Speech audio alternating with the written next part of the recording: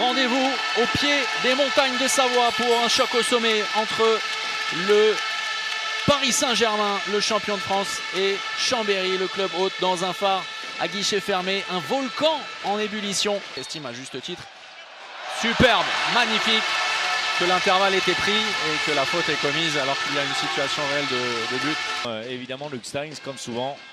Ça, c'est très bien joué. Dans l'intervalle, la finition également pour aller chercher au sol et bien relever la tête.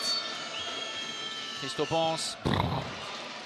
Ah oui, on parlait de bulldoze. Le jeu, là, dans cette première partie, et là, qui trouve un tir bowling en se servant de Toft Hansen pour mettre tout le monde d'accord. Et pour Faustin qui sonne la charge avec Costoya. Les Chambériens sont de retour. Malgré le 7-0 encaissé, le temps mort posé par Raúl González, et malgré quelques éclats. Oui. Ils prennent le temps. Ils sont loin encore de la zone. Oui, Oh, ça. superbe geste de Petar Nenadic, on vous l'a dit. Voilà pourquoi ce joueur n'est pas tout à fait comme les autres. Et c'est terminé, indique le délégué. On en reste là à la pause, 16 partout au terme d'une partie. Un rebondissement d'une première période avec retournement de situation. Paris va devoir retrouver de la sérénité et de l'efficacité. Éviter les pertes de balles qui ont entraîné un retour tonitruant d'une équipe de Chambéry qui regarde droit dans les yeux le champion de France et qui espère plus que jamais le faire tomber cet après-midi. Et désormais l'accélération, le changement de rythme avec Sébastien Scoubé. Gauche-droite, la passe sautée pour Richert et l'arrêt quel arrêt de Palika, énorme, qui boite. Attention, attention. Chambéry n'a pas su arrêter Paris. Ouais, mais encore une fois, hein, cette position, on va l'appeler la position Christ. Oh, l'oubli superbe avec Brouzé qui a anticipé légèrement en dissuasion sur Luc Steins. Du jeu hein, dans lesquels, au-delà de sa qualité de tir, Hugo Brouzé, ça passe au-dessus de Palika, la belle passe de Kelanadze. La conclusion l'est aussi.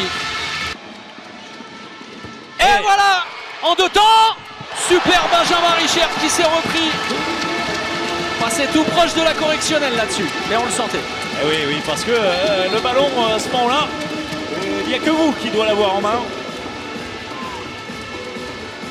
La tentative entre les jambes, c'est bien fermé de la part de l'ancien gardien. La possession vient de changer de main. Et ça change à peu près tout. Il y a un coup à jouer. Il y a un coup à jouer. Brouzé. Il est bien joué. Et bien voilà comment Chambéry inverse la tendance. On l'attend comme tireur. Il vient de délivrer 2 passes magnifiques pour son pivot.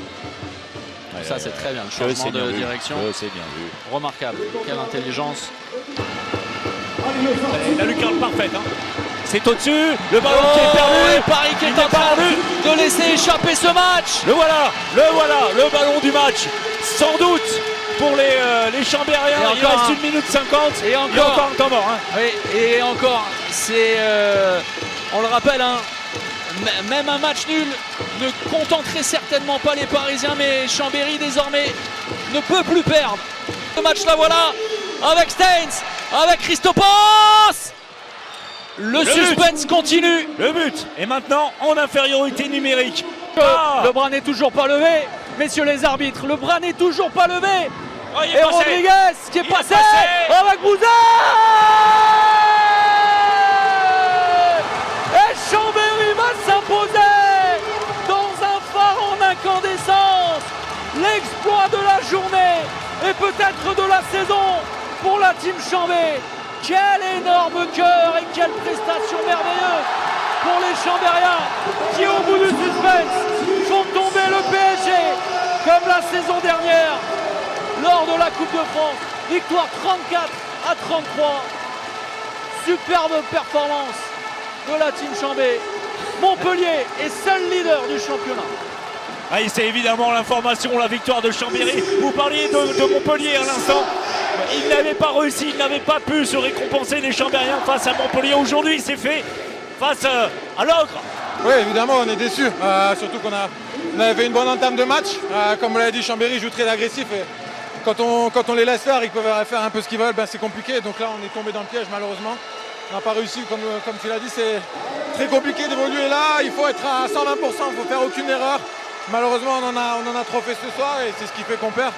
Mais voilà, on le savait, jouer à l'extérieur, c'est très difficile, surtout à Chambéry. Donc à nous de bien rebondir après la semaine internationale. Le championnat n'est pas terminé, il est encore long, il va se passer beaucoup de choses, mais forcément, on est très déçus ce soir. C'est un match absolument fantastique à jouer. Ici, chez nous, dans un phare aussi chaud que ça. Et voilà, c'est jamais simple contre eux. C'est une équipe, c'est la meilleure équipe qu'on rencontre en championnat de France. Mais on avait des certitudes sur notre jeu depuis un mois. On savait qu'ils allaient venir ici peut-être avec, je sais pas, en étant avertis. C'est le cas, ils ont fait jouer leur set majeur tout le match. Mais malgré ça, on a fait preuve d'une combativité à toute épreuve et forcément très fiers de cette victoire.